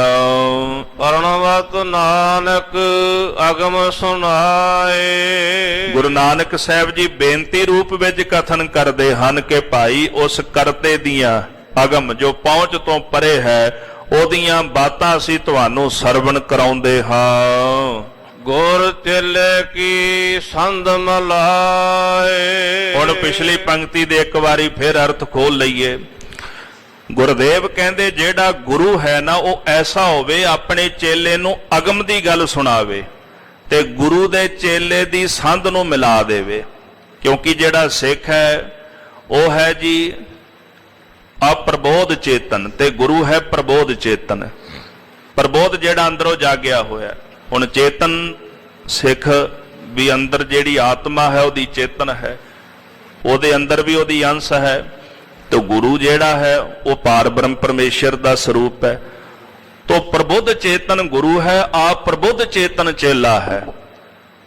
ਤੋ ਐਸਾ ਆਖਿਆ ਜਾਂਦਾ ਹੈ ਕਿ ਜਿਹੜਾ ਇਹ ਪ੍ਰਬੁੱਧ ਤੇ ਆਪ ਪ੍ਰਬੁੱਧ ਨੂੰ ਤਿਆਗ ਕੇ ਤੇ ਚੇਤਨ ਨੂੰ ਇੱਕ ਦੂਜੇ ਨਾਲ ਮਿਲਾ ਦੇਵੇ, ਇਹ ਹੁੰਦੀ ਹੈ ਜੀ ਗੁਰੂ ਤੇ ਚੇਲੇ ਦੀ ਸੰਧ ਮਿਲਾਉਣੀ। ਸੰਧ ਦਾ ਅਖਰੀ ਅਰਥ ਕੀ ਹੁੰਦਾ? ਜੋੜ, ਸੰਧੀ ਕਰਨੀ, ਜੋੜ ਕਰਨਾ, ਮੇਲ ਕਰਨਾ। ਇਸ ਤਰ੍ਹਾਂ ਕਹਿੰਦੇ ਨੇ ਵੀ ਚੇਤਨ ਦੇ ਨਾਲ ਚੇਲੇ ਨੂੰ ਜੋੜ ਕਰਕੇ ਜਿਹੜਾ ਪ੍ਰਭੂ ਦੇ ਨਾਲ ਮਿਲਾ ਦਿੰਦਾ। ਫਿਰ ਗੁਰਨਾਮ ਈਸ਼ਵਰ ਦਾ ਵੀ ਹੈ, ਜੀਵ ਤੇ ਈਸ਼ਵਰ ਦਾ ਭੇਦ ਹੈ। ਗੁਰਨਾਮ ਈਸ਼ਵਰ ਦਾ ਜਿਹੜਾ ਕਹਿੰਦੇ ਹਨ ਈਸ਼ਵਰ ਦੀ ਸਰਬਗਤਾ ਤੇ ਜੀਵ ਦੀ ਅਲਪਗਤਾ ਨੂੰ ਤਿਆਗ ਕੇ ਤੇ ਦੋਹਾਂ ਨੂੰ ਕਹਿੰਦੇ ਆਪਸ ਵਿੱਚ ਮਿਲਾ ਦਿੰਦਾ ਹੈ, ਉਸ ਨੂੰ ਪੂਰਨ ਗੁਰੂ ਕਹਿੰਦੇ ਹਨ। ਦੇਖਿਆ ਦਾਰੂ ਭੋਜਨ ਖਾਏ। ਸਤਿਗੁਰਾਂ ਦਾ ਜਿਹੜਾ ਪਾਵਨ ਪਵਿੱਤਰ ਉਪਦੇਸ਼ ਹੈ ਅਸਲ ਵਿੱਚ ਇਹੀ ਮਹਾਰਾਜ ਕਹਿੰਦੇ ਦਾਰੂ ਔਸ਼ਧੀ ਹੈ। ਜਿਸ ਔਸ਼ਧੀ ਨੂੰ ਪ੍ਰਾਪਤ ਕਰਕੇ ਮਨੁੱਖ ਦੇ ਸਾਰੇ ਦੁੱਖ ਕੱਟੇ ਜਾਂਦੇ ਹਨ। ਮੇਰਾ ਵੈਦ ਗੁਰੂ ਗੋਬਿੰਦਾ ਹਰ ਹਰ ਨਾਮ ਔਖਦ ਮੁਖ ਦੇਵੈ ਕਾਟੈ ਜਮ ਕੀ ਫੰਦਾ। ਇਹ ਔਸ਼ਧੀ ਖਾਣਾ ਕਰੇ ਤੇ ਨਾਮ ਦਾ ਜਿਹੜਾ ਭੋਜਨ ਗੁਰੂ ਦੇ ਉਪਦੇਸ਼ ਦੁਆਰਾ ਜਿਹੜਾ ਛਕਦਾ ਹੈ, ਛੇ ਦਰਸ਼ਨ ਕੀ ਸੋਝੀ ਪਾਏ। ਉਹਨਾਂ ਨੂੰ ਛੇ ਸ਼ਾਸਤਰਾਂ ਦੇ ਸਿਧਾਂਤ ਦੀ ਸੋਝੀ ਪੈ ਜਾਂਦੀ ਹੈ। ਛੇ ਸ਼ਾਸਤਰਾਂ ਦਾ ਸਿਧਾਂਤ ਵੀ ਜਿਹੜਾ ਹੈ ਉਹ ਬ੍ਰਹਮ ਹੈ, ਤਾਂ ਉਹ ਬ੍ਰਹਮ ਦੇ ਨਾਲ ਜੁੜ ਜਾਂਦੇ ਨੇ। ਇਹਦਾ ਦੂਜਾ ਜਿਹੜਾ ਅਰਥ ਹੈ ਜੀ ਪੰਜ ਜਿਹੜੀਆਂ ਗਿਆਨ ਇੰਦਰੀਆਂ ਤੇ ਛੇਵਾਂ ਮਨ, ਉਹਨਾਂ ਨੂੰ ਇਹਨਾਂ ਦੀ ਸੋਝੀ ਪ੍ਰਾਪਤ ਹੋ ਜਾਂਦੀ ਹੈ। ਜਿਹੜੇ ਸਤਿਗੁਰਾਂ ਦਾ ਉਪਦੇਸ਼ ਰੂਪੀ ਦੀਖਿਆ ਰੂਪੀ ਜਿਹੜਾ ਦਾਰੂ ਹੈ ਯਾਨੀ ਔਸ਼ਧੀ ਪ੍ਰਾਪਤ ਕਰਦੇ ਤੇ ਨਾਮ ਦਾ ਭੋਜਨ ਛਕਦੇ ਹਨ। ਸਤਿਗੁਰੂ ਦਇਆ ਕਰਨ, ਗਰੀਬ ਨਵਾਜ ਸੱਚੇ ਪਾਤਸ਼ਾਹ ਜੀ ਦਾ ਪਾਵਨ ਪਵਿੱਤਰ ਉਪਦੇਸ਼ ਸਾਡੇ ਹਿਰਦਿਆਂ ਵਿੱਚ ਆਵਸੇ।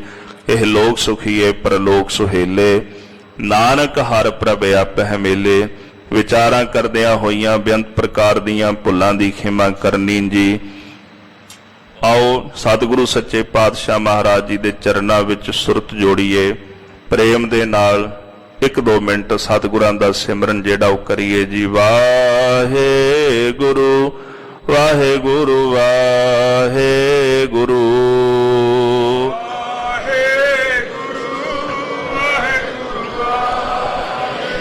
ਵਾਹਿਗੁਰੂ ਵਾਹਿਗੁਰੂ ਵਾਹਿਗੁਰੂ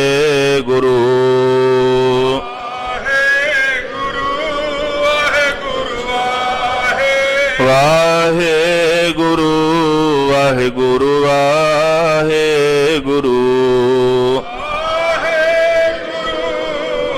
ਵਾਹਿਗੁਰੂ ਵਾਹਿਗੁਰੂ ਵਾਹਿਗੁਰੂ ਵਾਹਿਗੁਰੂ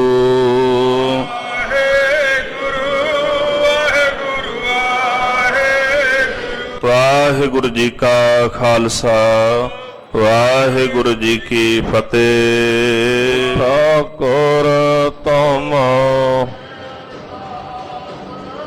ਜੀਉ ਪਿੰਡ ਸਭ ਤੁਮ ਮਾਤ ਪਿਤਾ ਹਮ ਵਰਕ ਤੇਰੇ ਤੁਮਰੀ ਕਿਰਪਾ ਮੈਂ ਕੋਈ ਨ ਜਾਣੈ ਤੁਮਰਾ ਅੰਤ ਉਚੇਤੇ ਓਚਾ ਭਗਵੰਤ ਸਗਲ ਸਮਗਰੀ ਤੁਮਰੇ ਸੂਤਰ ਤਾਰੇ ਤੁਮ ਤੇ ਹੋਏ ਸੋ ਆਗਿਆਕਾਰੀ ਤੁਮਰੀ ਗਤ ਮਿਤ ਤੁਮਹੀ ਜਾਣੇ ਨਾਨਕ ਦਾਸ ਸਦਾ ਕੁਰਬਾਨੀ। ਬੋਲੋ ਜੀ ਵਾਹਿਗੁਰੂ। ਏਕ ਓੰਕਾਰ ਵਾਹਿਗੁਰੂ ਜੀ ਕੀ ਫਤਿਹ। ਸ੍ਰੀ ਭਗਵਤੀ ਜੀ ਸਹਾਈ। ਵਾਰ ਸ੍ਰੀ ਭਗਵਤੀ ਜੀ ਕੀ ਪਾਤਸ਼ਾਹੀ ਦਸਵੀਂ। ਪ੍ਰਥਮ ਭਗਵਤੀ ਸਿਮਰ ਕੈ ਗੁਰੂ ਨਾਨਕ ਲੈਂ ਧਿਆਈ। ਫਿਰ ਅੰਗਦ ਗੁਰ ਤੇ ਅਮਰਦਾਸ ਰਾਮਦਾਸੈ ਹੋਈ ਸਹਾਈ। ਅਰਜਨ ਹਰਿ ਗੋਬਿੰਦ ਨੋ ਸਿਮਰੋ ਸ੍ਰੀ ਹਰਿ ਰਾਏ। ਸ੍ਰੀ ਹਰਿ ਕ੍ਰਿਸ਼ਨ ਧਿਆਈਐ ਝੰਜਟ ਸਭ ਦੁਖ ਜਾਏ। ਤੇਗ ਬਹਾਦਰ ਸਿਮਰਿਐ ਘਰ ਨੌ ਨਿਧ ਆਵੈ ਧਾਏ। ਸਭ ਥਾਈ ਹੋਏ ਸਹਾਈ। ਦਸਵੇਂ ਪਾਤਸ਼ਾਹ ਸ੍ਰੀ ਗੁਰੂ ਗੋਬਿੰਦ ਸਿੰਘ ਸਾਹਿਬ ਜੀ ਸਭ ਥਾਈ ਹੋਏ ਸਹਾਈ। ਦਸਾਂ ਪਾਤਸ਼ਾਹਾਂ ਦੀ ਜੋਤ ਸ੍ਰੀ ਗੁਰੂ ਗ੍ਰੰਥ ਸਾਹਿਬ ਜੀ ਦੇ ਪਾਠ ਦੀ ਦਰ ਦਾ ਧਿਆਨ ਧਰ ਕੇ ਬੋਲੋ ਜੀ। ਪੰਜਾਂ ਪਿਆਰਿਆਂ ਚਾਹੋਂ ਸਾਹਿਬਜ਼ਾਦਿਆਂ 40 ਮੁਕਤਿਆਂ ਹਠੀਆਂ ਜਪੀਆਂ ਤਪੀਆਂ ਜਿਨ੍ਹਾਂ ਨਾਮ ਜਪਿਆ। ਵੰਡ ਛਕਿਆ ਦਿਗ ਚਲਾਈ ਤਿਗ ਵਾਹੀ ਦੇਖ ਕੇ ਅੰਡਟ ਕੀਤਾ। ਤਿਨਾਂ ਪਿਆਰਿਆਂ ਸਚਿਆਰਿਆਂ ਦੀ ਕਮਾਈ ਦਾ ਧਿਆਨ ਧਰ ਕੇ ਬੋਲੋ ਜੀ। ਜਿਨ੍ਹਾਂ ਸਿੰਘਾਂ ਸਿੰਘਣੀਆਂ ਧਰਮ ਹੈ ਸਹੀ ਜਥੇ। ਬੰਦ ਬੰਦ ਕਟਾਏ ਖੋਪਰੀਆਂ ਲੋਹਾਈਆਂ। ਚਰਖੜੀਆਂ ਤੀ ਚੜਿਆਰਿਆਂ ਨਾਲ ਚਿਰਾਏ ਗਏ। ਗੁਰਦੁਆਰਿਆਂ ਦੀ ਸੇਵਾ ਲਈ ਕੁਰਬਾਨੀਆਂ ਕੀਤੀਆਂ। ਧਰਮਣੀ ਹਰਿਆ ਸਿੱਖੀ ਕੇਸਾ ਸੁਵਾਸਾਂ ਸੰਗ ਨਿਭਾਈ।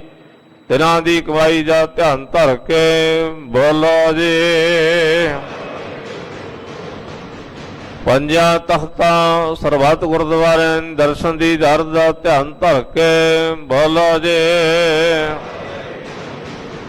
ਪ੍ਰਥਮੇ ਸਰਬੱਤ ਖਾਲਸਾ ਜੀ ਕੀ ਅਰਦਾਸ ਹੈ ਜੀ।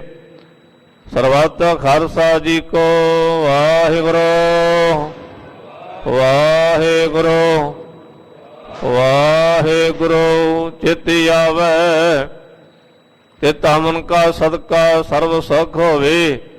ਜਹਾਂ ਜਹਾਂ ਖਾਲਸਾ ਜੀ ਸਾਹਿਬ ਤਹਾਂ ਤਹਾਂ ਰਸਿਆ ਰਿਆਇਤ ਦੇਗ ਤੇਗ ਫਤਿਹ। ਬਿਰਦ ਕੀ ਪੈਜ ਪੰਥ ਕੀ ਜੀਤ ਸ੍ਰੀ ਸਾਹਿਬ ਜੀ ਸਹਾਈ। ਖਾਲਸੇ ਜੀ ਕੇ ਬੋਲ ਬਾਲੇ ਖਾਲਸਾ ਜੀ ਬੋਲੋ ਜੀ। ਸਿੱਖਾਂ ਨੂੰ ਸਿੱਖੀ ਦਾਨ ਕੇਸ ਦਾਨ ਰਹਿਤ ਦਾਨ। ਵਿਵੇਕ ਦਾਨ ਵਸਾਹ ਦਾਨ ਭਰੋਸਾ ਦਾਨ। ਦਾਨਾ ਸਿਰ ਦਾਨ ਨਾਮ ਦਾਨ। ਸ੍ਰੀ ਅੰਮ੍ਰਿਤਸਰ ਜੀ ਕੀ ਦਰਸ਼ਨ ਇਸ਼ਨਾਨ। ਚੌਂਕੀਆਂ ਝੰਡੇ ਬੰਗੇ ਜੁਗ ਜੁਗ ਟਲ। ਧਰਮ ਕਾ ਜੈਕਾਰ ਖਾਲਸਾ ਜੀ ਬੋਲੋ ਜੀ। ਸਿੱਖਾਂ ਦਾ ਮਨ ਨੀਵਾਂ ਮਤ ਉੱਚੀ। ਮਤ ਪਰਦਾ ਰੱਖਿਆ ਆਪ ਵਾਹਿਗੁਰੂ। ਹੇ ਅਕਾਲ ਪੁਰਖ ਆਪਣੇ ਪੰਥ ਦੇ ਸਦਾ ਸਹਾਈ ਦਾਤਾਰ ਜੀਓ। ਸ੍ਰੀ ਨਨਕਾਣਾ ਸਾਹਿਬ ਤੇ ਗੁਰਦੁਆਰਿਆਂ ਗੁਰਧਾਮਾਂ ਦੇ ਜਿਨ੍ਹਾਂ ਤੋਂ ਖਾਲਸਾ ਪੰਥ ਨੂੰ ਵਿਛੋੜਿਆ ਗਿਆ ਹੈ। ਖੁੱਲੇ ਦਰਸ਼ਨ ਦੀਦਾਰ ਤੇ ਸੇਵਾ ਸੰਭਾਲ ਦਾ ਦਾਨ ਖਾਲਸਾ ਜੀ ਨੂੰ ਬਖਸ਼ੋ। ਹੇ ਨਿਵਾਣਿਆਂ ਦੀ ਮਾਣ ਨਿਤਾਣਿਆਂ ਦੀ ਤਾਣ। ਨਿਉਟਿਆਂ ਦੀ ਓਟ ਨਿਆਸਰਿਆਂ ਦੇ ਆਸਰਾ ਸਤਿਗੁਰੂ। ਧੰਨ ਧੰਨ ਸ੍ਰੀ ਗੁਰੂ ਤੇਗ ਬਹਾਦਰ ਸਾਹਿਬ ਜੀ ਮਹਾਰਾਜ। ਸਹਿਗੁਰੂ ਜੀ ਆਪ ਜੀ ਦੇ ਪਾਵਨ ਪਵਿੱਤਰ ਸਥਾਨ ਗੁਰਦੁਆਰਾ ਸ੍ਰੀ ਦੁਖ ਨਿਵਾਰਨ ਸਾਹਿਬ ਵਿਖੇ ਅੰਮ੍ਰਿਤ ਵੇਲੇ ਤੋਂ ਸੱਚਖੰਡ ਪਵਿੱਤਰ ਦੀਵਾਨ ਸਜੇ ਹਨ। ਸਜੇ ਦੀਵਾਨਾਂ ਅੰਦਰ ਆਸਾਈ ਦੀਵਾਰ ਦੇ ਕੀਰਤਨ ਹੋਏ। 6 ਪੌੜੀਆਂ ਆਨੰਦ ਸਾਹਿਬ ਦੇ ਗਾਇਨ ਹੋਏ। ਨਾਚ ਦੇ ਪਵਿੱਤਰ ਮੁਖ ਵਾਕ ਦੀ ਵਿਚਾਰ ਹੋਈ। ਧੰਨ ਧੰਨ ਸ੍ਰੀ ਗੁਰੂ ਗ੍ਰੰਥ ਸਾਹਿਬ ਜੀ ਮਹਾਰਾਜ ਬਾਣੀ ਪੜ੍ਹਦਿਆਂ ਸੇਵਾ ਕਰਦਿਆਂ ਪਾਸੋਂ ਹੋਈਆਂ ਭੁੱਲਾਂ ਦੀ ਖਿਮਾ ਕਰਨੇ। ਅੱਗੇ ਤੋਂ ਸੁਧ ਸੇਵਾ ਕਰਨ, ਸੁਧ ਬਾਣੀ ਪੜ੍ਹਨ ਦੀ ਸਮਰੱਥਾ ਬਖਸ਼ੀ ਕਰਨੀ। ਬਾਣੀ ਦਾ ਭਾਵ ਦਰ ਤੇ ਆਈਆਂ ਸੰਗਤਾਂ ਦੇ ਹਿਰਦਿਆਂ ਤੇ ਵਸਾਉਣਾ। ਸਰਵ ਸੰਗਤਾਂ ਦੀ ਹਾਜ਼ਰੀਆਂ ਤਿਲ ਫੁੱਲ ਭਟਾਵਾਂ ਦਰ ਤੇ ਪ੍ਰਵਾਨ ਕਰਨੀਆਂ। ਸਭ ਮਾਈ ਭਾਈ ਦੇ ਪਰਿਵਾਰਾਂ ਵਿੱਚ ਜਗਤਾ ਤਫਾਕ ਤੰਦਰੁਸਤੀ ਚੜ੍ਹਦੀਆਂ ਕਲਾਂ ਬਖਸ਼ਣ ਵਾਜਨਾ ਸ਼ਭ ਮਨੋਰਥ ਪੂਰਨ ਕਰਨੇ। ਯਾਤਰਾ ਸਫਲੀ ਕਰਨੀ, ਅੰਗ ਸੰਗ ਹੋ ਕੀ ਸਹਾਇਤਾ ਕਰਨੀ।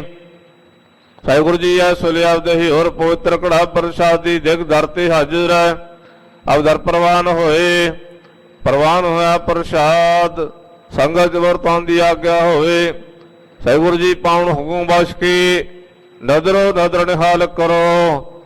ਸਹੀ ਗੁਰਮੁਖ ਪਿਆਰੇ ਮਿਲਣੇ, ਜਿਨ੍ਹਾਂ ਮਿਲਿਆ ਤੇਰਾ ਨਾਮ ਚੇਤੇ ਆਵੈ। ਨਾਨਕ ਨਾਮ ਚੜ੍ਹਦੀ ਕਲਾ, ਤੇਰੇ ਭਾਣੇ ਸਰਬੱਤ ਦਾ ਭਲਾ।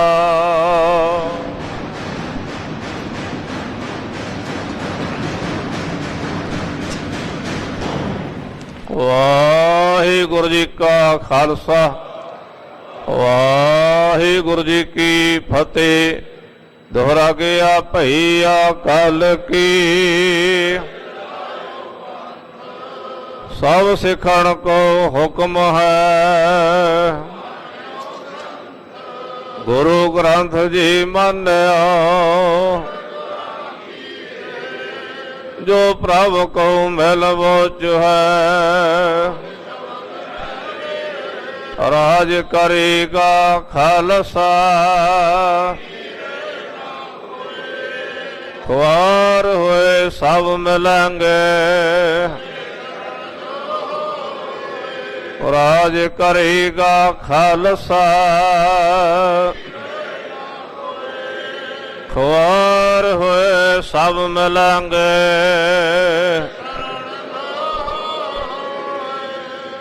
ਬੋਲੇ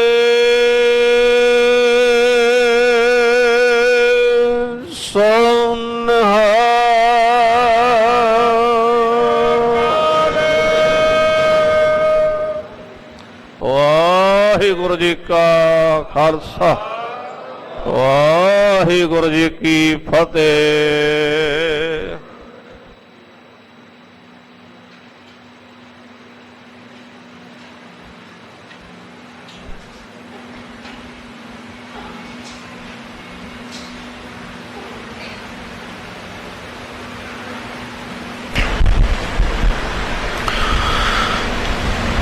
ਸ੍ਰੀ ਵਾਹਿਗੁਰੂ ਜੀ।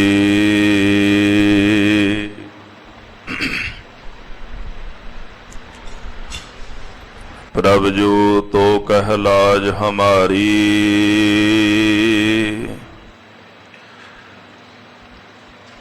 ਨੀਲਕੰਠ ਨਰ ਹਰ ਨਾਰਾਇਣ,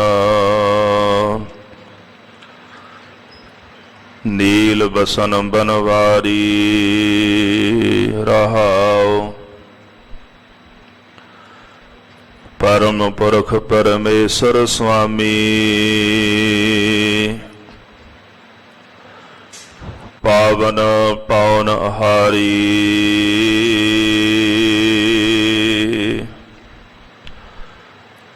ਮਾਧਵ ਮਹਾਜੋਤ ਮਦ ਮਰਦਨ, ਮਾਨ ਮੁਕੰਦ ਮੁਰਾਰੀ।